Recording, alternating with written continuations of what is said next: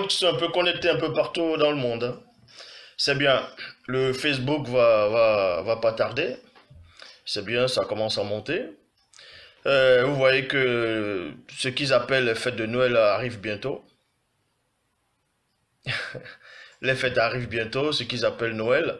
Nous allons donc parler de... Est-ce que ce Jésus dont on nous présente, le Jésus dont on a fait croire aux gens, que ce soit en Afrique ou en Europe ou en Amérique, qu'il a existé, beaucoup de personnes s'apprêtent à fêter les fêtes de Noël, dont, selon eux, la naissance de Jésus, du petit Jésus. D'autres disent que ce Jésus est né le 25 décembre. Donc, et quand il le dessine deux fois, il montre le petit enfant, il est sur une crèche, dans une crèche, et en plein hiver. Nous allons donc voir bibliquement, avec les versets bibliques dans les Bibles actuelles classiques, si ce JC est effectivement né le 25 décembre ou bien en hiver. Vous savez, on voit que ce Jésus n'a pas pu naître en hiver. Première phase, Jésus de Nazareth ou Jésus-Christ, peu importe comment on va le nommer, il n'a pas pu naître en hiver.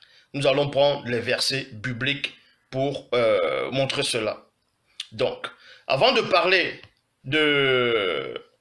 On va dire, avant de parler de l'hiver, nous allons parler de cette fameuse naissance de ce Jésus-là. Et à tous ceux, aux détracteurs, à tous ceux qui vont être constipés spirituellement ce soir, aujourd'hui, vous allez vérifier. Parce qu'il est dit dans les Bibles actuelles, dans Jean 3,11, nous disons ce que nous savons et l'on rend témoignage de ce qu'on a vu. Pour cela, on va dans Luc chapitre 2, verset 1. Bible parole de vie, il est dit, à cette époque, l'empereur Auguste donne l'ordre de compter les habitants de tous les pays. Les habitants de tous les pays, déjà par rapport à la naissance, à la future naissance de Jésus, vous allez comprendre qu'il y a des anomalies, il y a des mensonges, il y a des contradictions, il y a des choses qui ne tiennent pas debout historiquement. Donc, je relis dans Luc chapitre 2, verset 1, Bible parole de vie, il est dit, à cette époque, virgule, l'empereur Auguste donne l'ordre de compter les habitants de tous les pays. Il y a virgule, dans la traduction, Louis II 1910, il est dit, ordonna un recensement de toute la terre. Il y a point. Donc, je lance le défi à quiconque pourra me démontrer qu'à un moment donné dans l'histoire, que les Romains ont dominé toute la planète entière. Ça n'existe pas. Les Romains n'ont jamais dominé toute la planète entière. Voilà ce que Luc, l'évangile de Luc fait croire aux gens. Que l'empereur Auguste, c'est-à-dire à cette époque, selon eux, que les Romains dominaient toute la planète entière. Et ça, c'est faux. Donc, dans Luc chapitre 2, verset 2 à 6, il est dit, ce fut le premier dénombrement qui se fit par Auguste, gouverneur de la Syrie. Ben, moi, je suis en direct, là. Ça s'est coupé chez vous, je suis en direct. Donc, dans Luc chapitre 2, verset 2 à 6, il est dit, ce fut le premier dénombrement qui se fit par Cyrenius, gouverneur de Syrie, et tous allaient se faire recenser, chacun dans sa ville d'origine. Il y a point. Joseph, lui aussi, monta de Galilée depuis la ville de Nazareth vers la Judée, jusqu'à la ville de David appelée Bethléem. Bethléem. C'est à l'époque où on vous dit que Marie était enceinte. Elle devait accoucher, elle devait avoir un enfant. Donc on va vous montrer les circonstances de la naissance de cet enfant, si c'était en hiver ou pas. Donc si ce n'était pas en hiver, si ce n'était pas déjà le 25 décembre, donc si ça ne pouvait pas être en hiver, ce que la fête de décembre dont vous vous apprêtez à fêter, posez-vous la question, vous voulez fêter quelle fête là? C'est un mensonge que vous voulez fêter. Donc, pour cela, on vous dit, en effet, c'était en effet la maison, c'était en effet de la maison de la lignée de David. Il venait se faire recenser avec Marie, qui lui avait été accordée en mariage, et qui était enceinte. Or, pendant qu'ils étaient là, le jour où elle devait accoucher arriva. Donc, Marie se trouvait bel et bien dans une ville, selon les Bibles actuelles classiques. Elle se trouvait quelque part avec Joseph, elle était enceinte, elle devait accoucher. Et on vous apprend dans l'évangile de Luc qu'il n'y avait pas de place pour eux. Dans d'autres versions, dans l'auberge, dans d'autres versions, dans les hôtels, dans d'autres versions, dans les maisons d'hôtes, dans d'autres versions, dans les maisons en gros des étrangers, ainsi de suite. Donc, elle n'avait pas de place pour accoucher. Écoutez attentivement. Dans le verset 7 de Bible en français courant, il est dit, elle mit au monde un fils, son premier-né, elle l'enveloppa de l'âge, de la couche, et le couche dans la crèche. Et le couche dans la crèche, parce qu'il n'avait plus de place pour eux dans l'abri destiné aux voyageurs. Donc vous apprenez ici que Marie est née, en gros, ce Jésus dont on vous fait croire, est né en plein air. Il est né en plein air, dans une crèche. Ça n'a rien à voir avec les crèches qu'on voit au Canada, dans un bâtiment, où on ramène les petits enfants, non.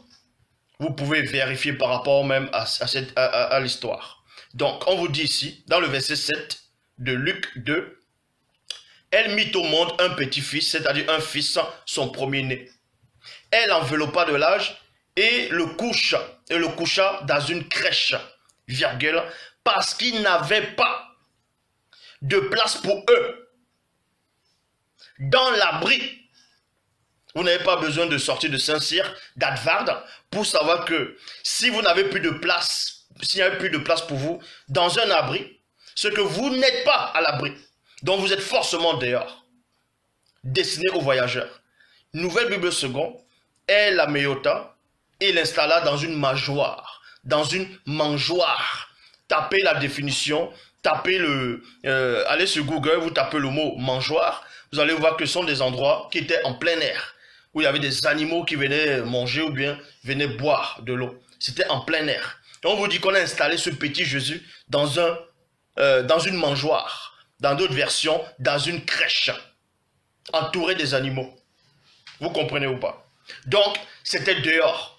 Et ça ne pouvait pas être en hiver. Pourquoi? On va vous expliquer qu'est-ce que représente l'hiver dans les Bibles actuelles classiques.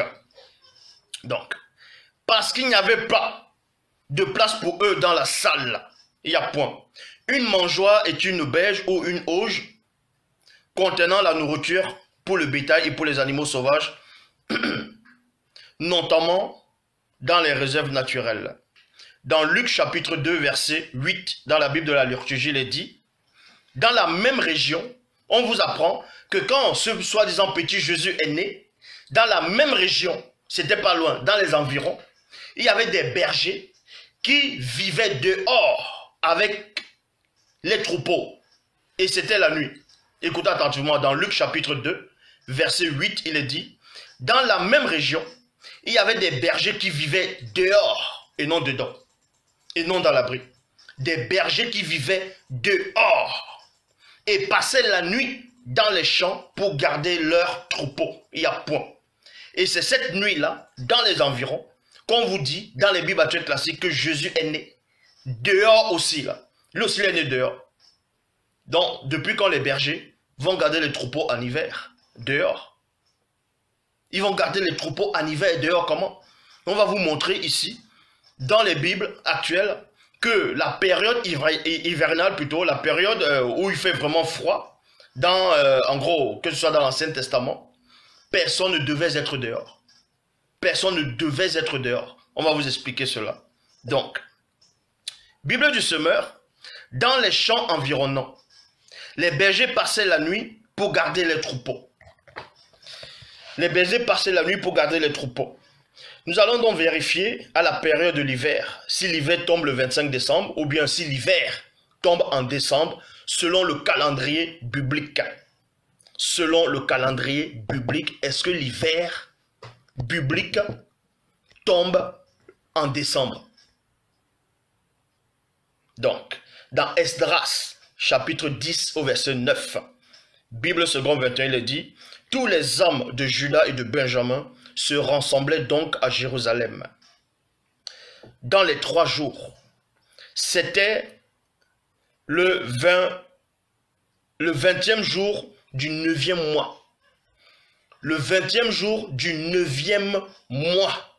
du 9e et non du 12e, mais du 9e mois.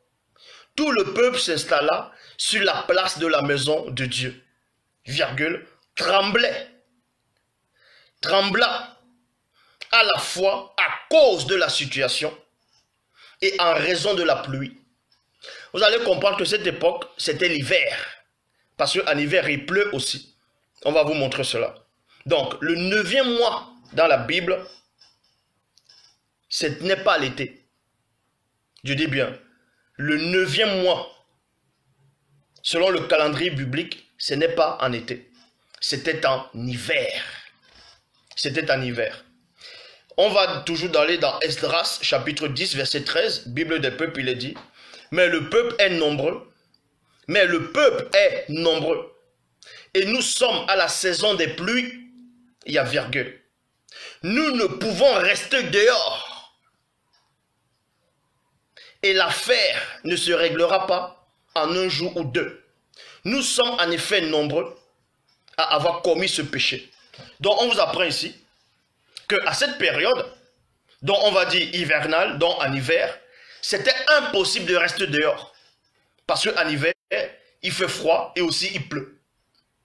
Et on vous apprend, les catholiques vous montrent, beaucoup de personnes vous font croire que le petit Jésus est né le 25 décembre. Donc, est né le 25 décembre en hiver. Et il s'apprête à fêter la naissance de ce petit-là, mondialement. Un mensonge. Donc, ils vont non seulement fêter ce qui n'existe pas, et aussi ils vont se tromper des dates, juste parce qu'ils ont falsifié l'histoire de l'Égypte antique par rapport à Osiris, donc je démontre aussi le plagiat. Donc, dans Jérémie chapitre 36, au verset 22, il est dit, Bible parole de vie, c'était le 9e mois de l'année. Le 9e mois de l'année, et le roi occupait le logement construit pour la saison froide. Le 9e mois de l'année, on retrouve ça dans Esdras, chapitre 10, au verset 13. C'est soit la saison, c'était, il pleut et en même temps il fait froid. Donc dans Jérémie 36, verset 22, c'était le 9e mois de l'année, et le roi occupait le logement construit pour la saison froide. Il se tenait devant un feu allumé. Donc, le peuple d'Israël, dans les Bibles actuelles classiques, dans l'Ancien Testament, dans Esdras, ils étaient dehors. Et ils ne pouvaient pas tenir dehors parce que c'était l'hiver. C'était la période hivernale. Il faisait tellement froid et il pleuvait. Et ils ne pouvaient pas rester dehors. Mais on vous apprend qu'un tout petit bébé, il est né dehors. Il y a quelques animaux qui sont là. Il n'y a même pas la couette. Il n'y avait pas de chauffage. Et vous acceptez ces gens d'hérésie. Vous acceptez des mensonges. Et quand Zulula vient parler, vous dites qu'il est contre le Christ. C'est écrit où, dans les Bibles actuelles classiques, que le Christ est né le 25 décembre. Qu'il est né en hiver. Donc non seulement vous vous trompez sur la naissance, vous fêtez une fausse naissance, vous vous trompez sur les dates, sur le mois, sur la période d'un soi-disant sauveur qu'ils ont inventé. Et mondialement, le monde va fêter cette fête-là. Donc, vous mentez volontairement, vous fêtez des choses qui ne tiennent pas.